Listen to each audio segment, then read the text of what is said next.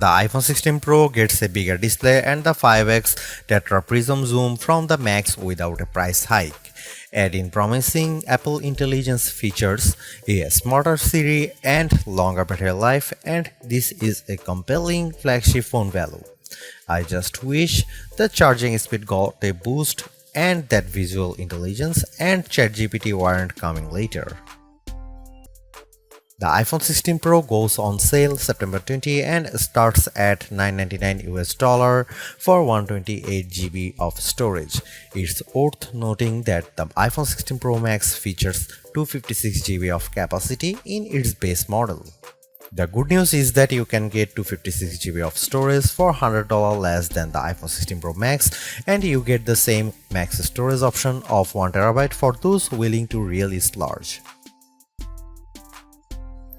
The iPhone 16 Pro is still a compact phone, but there is a trade-off with getting a larger display. It's now more of a mid-size phone now as opposed to a small phone as the size and weight have grown. This handset measures 5.89 by 2.81 by 0.32 inches and weighs 7.03 ounces compared to 5.77 by 2.78 by 0.32 inches and 6.6 ounces for the iPhone 15 Pro. So the new iPhone is taller and wider and just as thin, but there's some more heft to it. The good news is that the iPhone 16 Pro is still easy to use with one hand as Apple made the bezels thinner. The design should be more durable too, as Apple claims that the ceramic shield display is 50% tougher. Plus, the band is still made of titanium, which is more durable than aluminum. The iPhone 16 Pro colors aren't very flashy compared to the regular iPhone 16. There's white titanium, black titanium, natural titanium, and the new desert titanium, which is like a soft rose gold. I prefer the desert hue because it looks new. Don't expect much new from the iPhone 16 display. The only real news beyond the size increase to 6.3 inches for this OLED screen is that it can get dimmer. The minimum is now just 1 nit. I put the two phones side by side in a dark room and I noticed the difference immediately. What's the benefit? You can use your phone in bed without disturbing your partner, and if you are using standby mode, the iPhone 16 Pro won't be as bright when you are using it overnight as an alarm clock.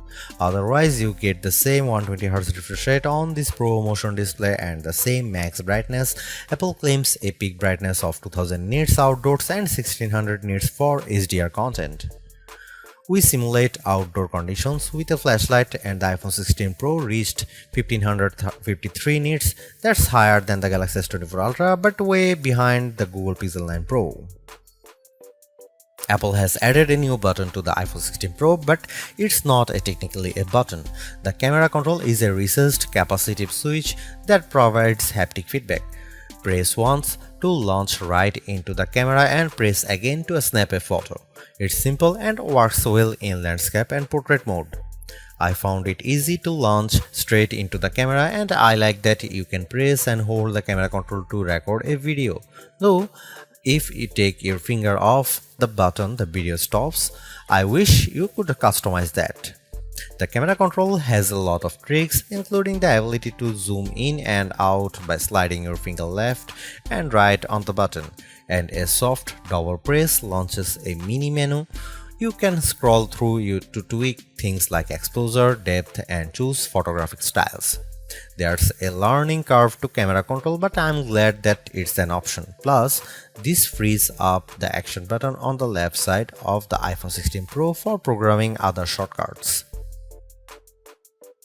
The iPhone 16 Pro has a few key upgrades that I appreciated during my testing. There's a sharper 48MP ultra-wide camera, a faster 48MP main fusion camera with zero shutter lag, and the 5x tetra prism zoom borrowed from the Pro Max series. In addition, photographic styles are integrated directly into the Camera and Photos app, so you can change skin undertones and the mood effect of your photo on the fly. Plus, you can tweak it after the fact. To test the iPhone 16 Pro's faster performance, I had my son take a photo of me shooting a jump shot side by side with the iPhone 15 Pro, and the result is brighter and more detailed image. How does the iPhone 16 Pro compare to the best camera phones? I shot a number of pictures using the iPhone 16 Pro alongside the Samsung Galaxy S24 Ultra and the Google Pixel 9 Pro XL to find out. I put the ultra-wide camera to the test on the iPhone 16 Pro with this shot of a beach and Apple comes out on top. The colors are more natural through the iPhone versus the Galaxy S24 Ultra, and Samsung's peak looks distorted on the right side by the flowers. Here are some camera samples of iPhone 16 Pro.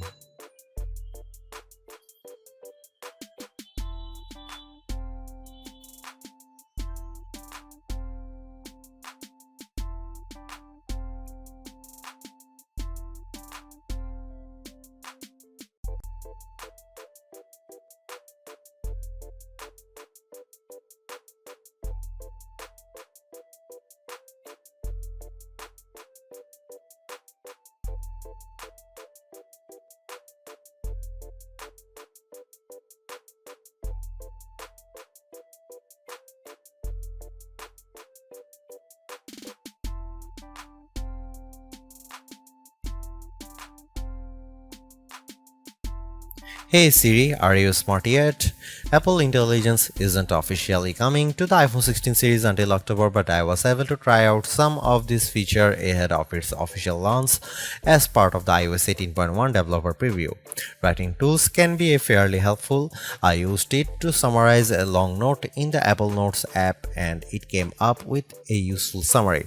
I also had fun with writing tools trying to rewrite an email I purposely wrote in a rude tone, choosing the professional option, and the result was indeed closer to what I would usually send. I also used Apple Intelligence to look up how to do various things on the iPhone and get back step-by-step instruction for how to screen record on your iPhone, so you'll definitely spend less time looking up how to at online. On the Photos front, my favorite Apple Intelligence feature is Memory Movie. You can give the Photos app a prompt like a beach memories through the years with an upbeat soundtrack, and you will see the AI go to work sifting through all your photos and videos, and the end result was pretty satisfying, fittingly ending with a sunset peak. While it's overdue, I appreciate that the iPhone 16 Pro has a clean up button, which is basically Google's Magic Eraser on iOS. Apple's version of this feature is smart enough to identify objects or subjects you might want to remove, and it works quickly. But the feature struggled in some cases to completely erase what I didn't want in the frame.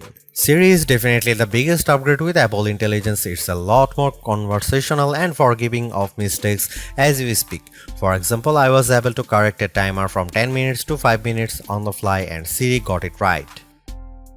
The new Siri in Apple Intelligence is also better with follow-up questions. For example, I could ask about the weather today and then say, how about the rest of the week? And I got an extended forecast. Siri was also smart enough to answer who do the Yankees play next and what are the odds in succession, though it couldn't tell me who the starting pitcher was. I got several links instead.